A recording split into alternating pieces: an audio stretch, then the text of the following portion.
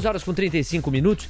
Eu tenho o prazer de cumprimentar o André Lichtenstein, na ponta da conexão. Ele é CIO da A-Invest e nos dá a honra da presença para a gente repercutir, André, uma semana chave para pensar em inteligência artificial, as 7 magníficas, a China nessa corrida que muitos têm classificado como uma disputa muito próxima à que a Guerra Fria estabeleceu entre americanos e soviéticos e que tem um molde 2.0 ou 3.0 entre chineses e americanos, justamente com a IA enquanto pano de fundo. Então, me parece que a melhor maneira de começar a abordagem é perguntando a você, depois de praticamente uma semana completa, qual é o saldo que o efeito DeepSeek promoveu ao pautar que o modelo de CAPEX, sobretudo das Big Seven dos Estados Unidos, pode estar bem equivocado e com uma relação custo-benefício desregulada, desequilibrada. Qual o saldo até aqui, André? Bem-vindo e bom dia. Bom dia, obrigado. É um prazer estar aqui com vocês. Eu acho que assim, primeira coisa que a gente tem que pensar é... Eu tô com retorno aqui, acho que eu vou baixar o meu... Veja se melhora, André. Veja se melhora. A gente tentou ajustar aqui internamente também. Tá. É só para não... Senão eu não vou conseguir me concentrar. Claro. Vamos lá. Então, assim, primeiro, a DeepSeek foi uma coisa espetacular que aconteceu. Então, por exemplo, eu estou acompanhando AI já há um tempo, meu background é macro, já trabalhei em fundos consagrados aqui, locais, tesourarias de bancos, e eu me apaixonei pela AI e mergulhei nesse tema. Agora, recentemente, essa DeepSeek, o que ela fez foi que ela deu uma chacoalhada no poder, né? Os Estados Unidos tinha essa ideia de que com os chips melhores, a força bruta, você ia encontrar o ouro que o pessoal fala, né? Você tem muitas aplicações de AI, todo mundo já está usando. Quem começa a usar não para de usar, não volta atrás. Então, todo mundo está vendo que está facilitando a vida das pessoas. Então, já há um consenso de que a adoção vai crescer. Quando vem a DeepSeek, basicamente o que ela fala é que dá para fazer mais com menos. Ou seja, não é só o poder computacional que importa. Se você consegue ter ganhos de eficiência também ainda em cima dos modelos, talvez coisas que eu não digo que os Estados Unidos não estava fazendo, mas estava fazendo um pouco diferente. Porque o próprio Reinforced Learning, que é o grande destaque da DeepSeek, é uma estratégia que foi usada no AlphaGo em 2016, né? Então tem o documentário lá para o pessoal assistir no Netflix, não é uma coisa nova. E tem um pequeno erro de cálculo aí, que é assim, Reinforced Learning usa muito poder computacional, ele não usa pouco.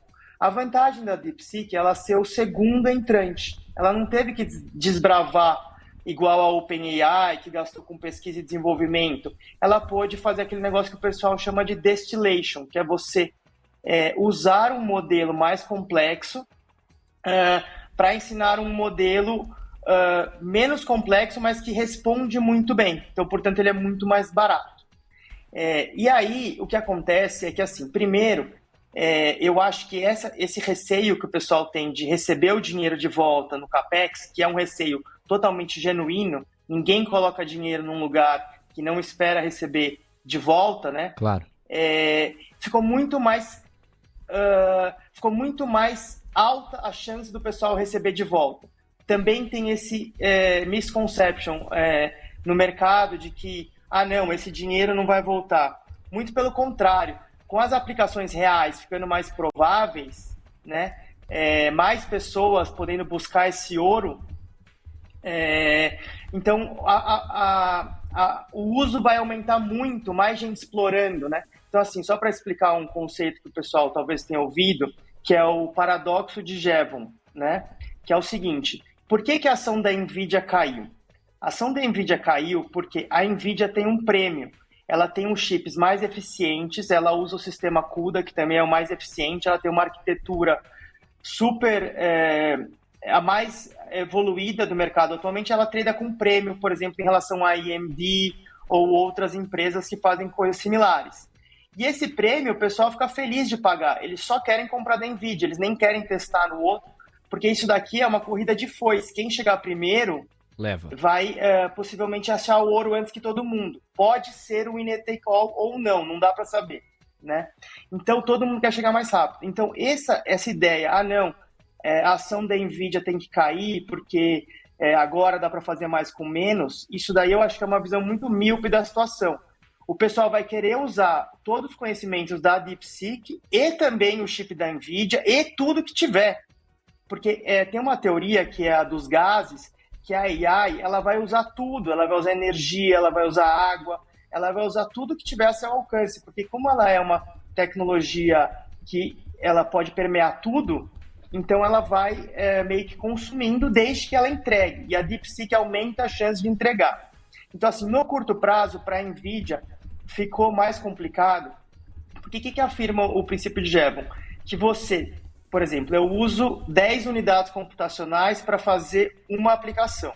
Se vem uma aplicação muito mais eficiente, que ela usa um poder computacional para fazer a mesma aplicação, então, usualmente você vai dizer, então vai precisar de menos poder computacional. Só que na prática acontece que se ela usa só um poder computacional, na ponta essa aplicação vai ficar muito mais barata, certo? Porque ela está usando só um poder computacional, então ela é muito mais barata. Então, para o consumidor final, essa aplicação vai cair muito o preço e na prática acontece que o consumo aumenta e não diminui. Então, esses 10 poder computacional que baixaram para 1, no final das contas, como muito mais gente vai usar, vai ser muito mais do que 10. Então, isso é um pouco claro. A dúvida é, o prêmio da NVIDIA vai cair? Porque se é possível fazer com chips mais simples, se é possível usar mais com menos, então será que não justifica esse prêmio da NVIDIA? É por isso que no curto prazo a NVIDIA vai ser uma posição mais desafiadora, porque é um impacto muito grande nesses cálculos e vai demorar um tempo. Eu acho que de médio prazo a perspectiva da NVIDIA ficou muito mais espetacular, mas no curto prazo ficou mais desafiador. Interessante. Aí falando um pouco assim do equilíbrio de poder, que eu acho que é o que mais muda, é o seguinte, por exemplo, aproveitando aqui também para entrar um pouco nos resultados que tiveram, que eu acho que se a gente está falando de André, aí eu vou te pedir um segundo então, porque aí você já vai inaugurar a temporada de balanços das Mag 7, etc. É uma outra boa história e eu quero te deixar à vontade com mais tempo para discorrer sobre ela. Vamos retomar a conversa com o André, está sendo uma conversa muito interessante. O André Lichtenstein, que é CIO do iInvest Capital, e vai nos ajudando a entender um pouquinho mais desse universo muito abstrato para a maior parte das pessoas que estão nos acompanhando. André, na primeira parte da entrevista, você cita, olha, o fator DeepSeek é um fator que, mais do que a força computacional, reinventa a eficiência para a gente pensar a aplicação da inteligência artificial. E você sugere que uma das principais vantagens competitivas do DeepSeek é o fato de a empresa não ter necessariamente que ter desbravado, ela não teve que desbravar a base, mas partiu já de uma base estabelecida a partir da qual demonstrou esse ganho de eficiência, abalando o poder e a premissa de que o acesso a chips mais sofisticados, como era a premissa em que estava assentada a NVIDIA, era a garantia da vitória da corrida. No entanto, você sugere, e isso eu achei bem interessante no seu raciocínio, que este abalo de modelo que a DeepSeek contratou não necessariamente isola a NVIDIA. No curto prazo pode até contratar um desafio para a precificação dela em função da redução do prêmio. Mas no médio prazo você entende que uma acomodação é natural e que os aprendizados que a DeepSeek tenha trazido não só contagie outros papéis que a gente está vendo aí sim no curto prazo, exemplo de Meta, Google e afins, mas inclusive a própria NVIDIA. E aí, para fechar a síntese e te devolver a palavra, aí você vai para as 7 magníficas e os resultados. Você diz que a queda de NVIDIA, na proporção em que se deu, dado que o curto prazo está mais difícil de manejar, pode ter sido exagerada, porque no fim do dia, a DeepSeek acaba sendo, numa analogia que eu vou me permitir, uma outra estrela que acaba sendo forte, nascendo forte, relevante, num ecossistema, e não um planeta que exclui um outro planeta. Eu devolvo a palavra para você, para a gente inaugurar essa segunda parte, em cima do que as 7 magníficas vão fazer a partir do aprendizado com a DeepSeek. Legal. Então vamos lá. Primeiro, todo mundo, né, É que nem, por exemplo, eu particularmente não invisto em criptomoedas, em Bitcoin, mas todo mundo olhando para trás ia querer ter comprado Bitcoin barato e ganhando uma fortuna, né? Todo mundo fica olhando a Nvidia e tendo essa mesma ideia. Putz, eu queria ter comprado Nvidia, nossa, eu queria. Agora, todo mundo tem a chance de entender o que está acontecendo e a Nvidia de fato caiu. Então eu acho que ela está dando uma chance para todo mundo que não entrou eventualmente entrar, mas a minha sugestão é entrar devagar, entrar talvez via um gestor, porque ainda vai ter volatilidade. Então, assim, não estou cravando aqui que esse preço que a gente está vendo na tela é o menor preço que a gente vai ver de Nvidia no curto prazo. Eu não acho, inclusive, eu acho que ela vai testar ali o 115, talvez vai um pouquinho para baixo e depois vai voltar a subir. Só que quando ela voltar a subir, ela vai voltar a subir muito. Eu acho que ela vai para 250, por exemplo, no horizonte de um ano. Então você tem 100 e poucos por cento para ganhar. Então você não precisa se desesperar para comprar agora, se no curto prazo está difícil. Você pode fazer um plano. Eu vou comprar um pouquinho por semana até os próximos 2 meses e aí eu vou ter a posição que eu quero ter, por exemplo. A minha sugestão é essa. Porque eu acho que para a Nvidia o jogo ficou muito bom. Pensa uma coisa. Estados Unidos era um país que tá investindo muito em inteligência artificial. A China, primeiro que eu acho que tem que pegar um pouquinho de grão de sal aí, que a China diz que investiu 6 milhões no modelo. Eu acho que o Elon Musk está falando, tem muita gente muito inteligente falando que, na verdade, tem vários GPUs, Hooper lá, 50 mil, que vai custar no mínimo uns 2 bilhões de dólares. Então também não foi tão baratinho. Só que tem muitos ganhos de eficiência nesse modelo. Então, isso é open source. Todo mundo pode olhar, todo mundo pode mudar, todo mundo pode adaptar. Então, isso é a grande crítica do OpenAI, né? Que de open ele não tem nada. Ele virou closed AI, ele fechou o código. E o OpenAI, o open source, que é o que a DeepSeek está fazendo, ajuda a evoluir muito mais rápido. Porque imagina o seguinte, é um prédio que a gente vai construir que cada um pode colocar um tijolinho. Imagina o mundo inteiro colocando tijolinho, em que velocidade que vai esse prédio? Em relação a ter uma empresa que tem muito recurso, mas só ela constrói o prédio, etc. Sendo que não é um prédio que você sabe a receita de bolo, você está desbravando, entendeu? Então todo mundo pode explorar. Então imagina que antes era concentrado nos Estados Unidos, agora todo mundo tem uma cerejinha do bolo para explorar, inclusive no Brasil. Essa é uma discussão que eu estava conversando com alguns amigos que estavam até céticos, que acho que teve algum ministro que falou, agora o Brasil também pode competir no AI. E, a princípio, isso pode parecer muito estranho para a gente, né? A gente tende a julgar isso com um tom jocoso. Parece piada. Eu discordo, eu acho que é verdade. O Brasil não vai competir fazendo foundational models igual a DeepSeek, por exemplo. Mas ela pode competir fazendo aplicações que usam o DeepSeek muito mais barato do que usaria o ChatGPT, por exemplo. Você quer fazer uma aplicação, você vai pensar quanto que eu vou gastar no ChatGPT. Agora, se você fizer no DeepSeek, que é 30 vezes mais barato, em vez de gastar 2 milhões de reais, eu vou gastar 2 milhões sobre 30, talvez para mim já está no meu budget, entendeu? Sim. 70 mil reais, por exemplo. E aí, assim, entrando nas magníficas, né? Então, por exemplo, a gente teve o resultado de Apple, que foi um resultado bom. A Apple vem mostrando uma consistência, né? Eu gosto de olhar ali o earnings per share year over year, o quarter, né? Então ela tem mostrado uma consistência ali, subindo mais ou menos uns 10% por quarter. E a DeepSeek é um desdobramento muito positivo para a Apple, porque você poder rodar com menos poder computacional, você poder rodar AI no iPhone, a Apple estava atrasada em AI, então é muito bom. Então, assim, ganhou um atalho. Apple claramente é uma ação que tende a performar bem no curto prazo e também no médio prazo. Então, a Apple é benéfica. Por exemplo, para a Microsoft, eu acho que está desafiador. A Microsoft, por um lado, ela tem investido 80 bilhões de dólares em AI, o que eu considero muito saudável, muito positivo. Acho que todos deveriam estar investindo bastante.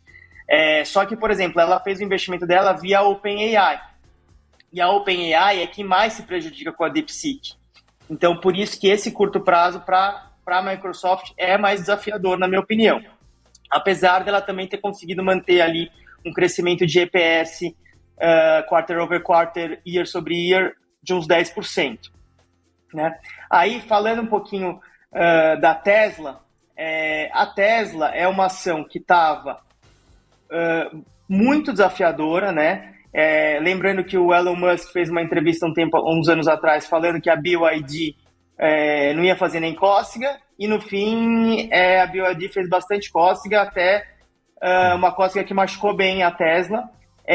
Inclusive, ela vinha com quedas constantes de EPS, de quarter over quarter, 2 anos contra 1 ano, muito pesadas. Isso tinha acelerado no começo de 2024. Tava uma cara muito feia, né? E aí, tudo começou a mudar a partir de setembro, que ela divulgou um resultado que surpreendeu os analistas em 20% de ganho a mais de EPS, conseguiu fazer um quarter over quarter em relação ao ano anterior. Eu digo quarter over quarter em relação ao ano anterior porque você tira a sazonalidade, né? Isso é muito relevante na Apple, por exemplo, se você fizer o EPS quarter over quarter em relação ao anterior, com a sazonalidade de venda do fim do ano do iPhone, você tira uma ideia totalmente errada do que está acontecendo. Então, a Tesla, ela conseguiu dar uma revertida, por isso que o papel começou a explodir em setembro, porque, enfim, imagina uma coisa que ela vem decepcionando há mais de ano, né? Todo mundo vendendo, saindo de Tesla, de repente ela surpreende, e o Elon Musk financia o Trump e entra no governo. Então, a Tesla agora ela virou um papel muito especulativo, né? O Elon Musk está envolvido em várias empreitadas de inteligência artificial. Ele é um cara muito competente, né? Um CEO assim. Não tem o que falar do Elon Musk. O problema é que a Tesla está um papel muito especulativo agora, né? Ela tem um preço-lucro assim estrondoso, porque não se sabe o que esse lucro vai virar agora que ele está no governo, né? No DOGE, lá no ministério. Então é um papel difícil, ele dá algumas oportunidades. Lá no iInvest a gente teve um desempenho bom em Tesla, aí, mas no momento a gente não está envolvido no papel, até por esse momento bem especulativo, mas que com certeza vai usar muita AI para carros autônomos, né? Imagina. Então, assim, esse futuro da Tesla é muito brilhante, com carros autônomos, carros elétricos, mas o curto prazo também é bem desafiador, e os preços estão altos, e a concorrência da China, né? A velha concorrência da China, que a gente foi lembrado agora muito fortemente com DeepSeek, e que a China está realmente avançando em muitas frentes, bastante, tá? E aí eu deixei aí, por último, a cerejinha do bolo, que eu acho que de curto prazo é quem está com o caminho mais livre aí, que é a Meta, né? Por quê? A Meta veio com resultado bom, 6% de crescimento nos anúncios, 14% de aumento no preço dos anúncios. Eles estão investindo muito em AI, o Zuckerberg está all-in no AI, já deu para ver, que eu acho que é muito importante esse compromisso com AI para quem está fazendo. E ele já falou que vai investir de 60 a 65 bilhões em infraestrutura de AI esse ano, que já é um crescimento de 50%, e ele também está colhendo os benefícios, né? O EPS dele, essa medida que eu faço, quarter over quarter versus anterior, está com números explosivos. Depois, quem quiser entrar lá, eu divulgo para vocês, ou quem quiser entrar na minha página, tem todas as tabelas lá, mas assim, só para mostrar, ó, em março, o EPS dele, year over year, cresceu 114%, em junho, 73%, em setembro, 37%, em dezembro, que é esse resultado de agora, 50%. Ele vem surpreendendo os analistas também muito fortemente. Assim, todas as métricas estão muito positivas nessa análise fundamentalista, né? Perfeito. Fora isso, ele tem todo esse esforço do AI e ele tem os dados também, porque o WhatsApp gera muitos dados, Facebook gera muitos dados, Instagram gera muitos dados. Então ele está numa posição muito favorável aí para surfar essa onda. André Lichtenstein, CIO da Ainvest Capital, engrandecendo a nossa reta final do Manhã TC News. E já vou deixar a porta aberta para que outras visitas suas à nossa programação sejam concretas. Vai ser um segmento cada vez mais comentado e cada vez mais pensado para alocação de capital e para entrada no portfólio das pessoas. André, nós não temos mais tempo, passou rápido, a gente ouviu as suas duas explanações. Queria só que você deixasse o meio para que as pessoas te acessem, caso elas se interessem em aprofundar a conversa, na rede social ou no próprio site da empresa onde você atua, na A-Invest. Muito obrigado aí pelo espaço. Com certeza, achei também muito legal aí o programa de vocês. Muito interessante. Para quem faz mercado como eu, trading há muitos anos, deu para ver que vocês trazem o que é importante. Eu gostei muito do conteúdo de vocês, vou acompanhar daqui também. O nosso site é o A-Invest, tudo junto, né? Não tem dois Is, né? Não é AI Invest, é A-Invest Capital, capital.com. E o nosso Instagram é ainvest_, né, que é aquela linha que vai embaixo, capital.